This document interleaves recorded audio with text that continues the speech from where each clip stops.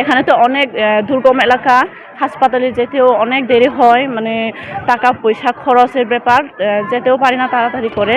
তাই জন্য সেনাবাহিনীর সাথে অনেক ধন্যবাদ দিই যে তারা যেন আবারও মানে এখানে এসে আমাদেরকে আবার এভাবে সেবা যত্ন দিয়ে আমাদেরকে মানে স্নেহ দিয়ে আবার এরা চিকিৎসা দিতে পারে ভালোভাবে, তাই জন্য ধন্যবাদ দিই সেনাবাহিনীদের সাধ্যের জন্য।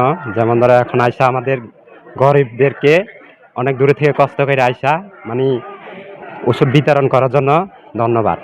সেনাবাহিনী আমাদের এই গ্রাম অঞ্চলে যখন এসেছেন, গরিব দুঃখী কেউ হাঁটাচলা করতে পারে না, ওদের জন্য ওষুধ বিতরণ করেন।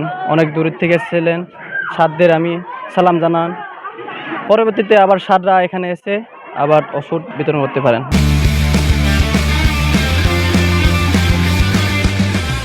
আমাদের জন্য যে ফ্রিতে চিকিৎসা নিয়ে আসছে আজকে আমাদের এই যে বুধবারে, আমাদের জন্য অনেক ভালো হয়েছে সেটা, যে ভবিষ্যতে যেন আমাদের সেনাবাহিনী যে আরও ভালো পদক্ষেপ নেয়, সেটা আমাদের জন্য আরও ভালো হয়। আজকে হেডম্যানপাড়া সরকারি প্রাথমিক বিদ্যালয়ে মাটিরাঙ্গা জোন থেকে আমাদের সেনাবাহিনী কর্তৃক পিল এখানে আয়োজন করছে আমাদের দুর্গম এলাকাতে।